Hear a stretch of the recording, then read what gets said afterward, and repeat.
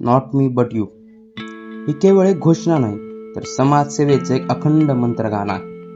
राष्ट्रीय सेवा योजना अर्थात NSS हा शब्द उच्चारताच ऊर्जेची एक लहर शरीरातून संचारते. ही योजना म्हणजे केवळ श्रमदान नाही, तर समाजभान, जबाबदारी आणि त्यागाचं शाश्वत शिल्प आहे. महाविद्यालयात पाऊल ठेवताच अनेक स्वप्न आकाशात झेपवतात.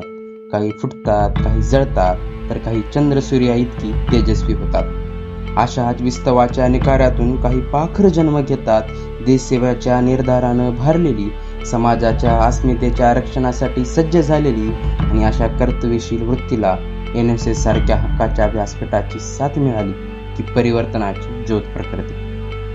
यावर्षी खांबोलीला जाण्याचा योग आला. गाव परिचयाचं होतं, पण या भेटीत नाळ आणखी घट्ट होणार होती. महाराष्ट्र ही केवळ भूमी नाही, तर संस्काराचा एक अविनाशी वारसा आहे. इथली संस्कृती म्हणजे संतवाणी, वारकरी संप्रदाय, नाट्यकला आणि समाजसेवेची अखंड परंपरा. खरा तो एकची धर्म, जगाला प्रेम अर्पावे, या संत वचनाने दिवसाची सुरुवात झाली. मग दिशाची पुन्हा नव्याने उमगते.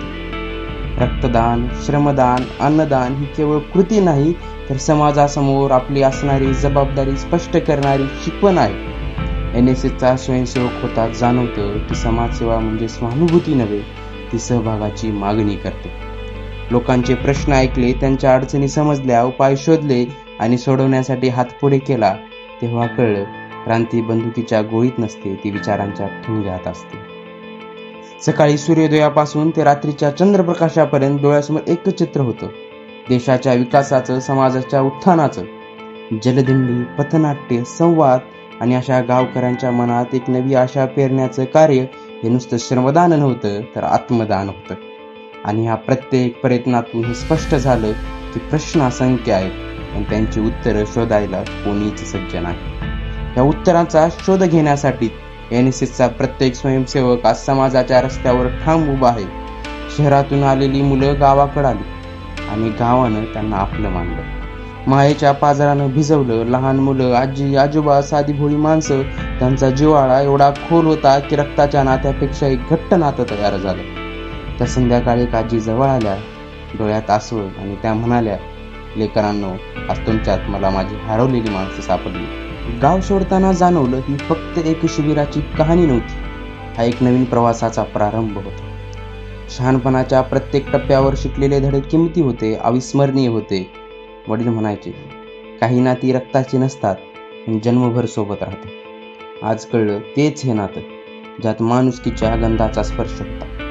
देशासाठी मरावं लागतं हे खरं, पण फक्त रणांगणावरच नाही, तर गावच्या वेशीवर, समाजाच्या चौकात, शेतात, रस्त्यावरही ते शक्य आहे. हातात बंदूक असली नाही तरी चालेल, पण हातात झाडू, करंडा आणि सेवाभावाची मशाल आहे. NSS हे फक्त शिबिर नव्हतं, ते आमच्या जीवनाचं दिशादर्शक होतं.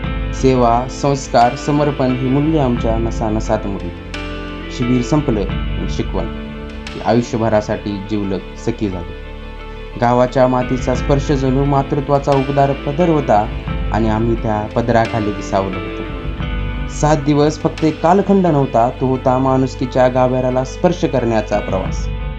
जेव्हा शहरातील चौकटी मोडून आम्ही या गावाच्या कुशीत शिरलो, तेव्हा समजलं, उंच इमारती देह वाढवतात, पण माणूस घडतो येतो, मातीच्या सुगंधात, कष्टाच्या घामात आणि प्रेमाच्या पाऊसधारात.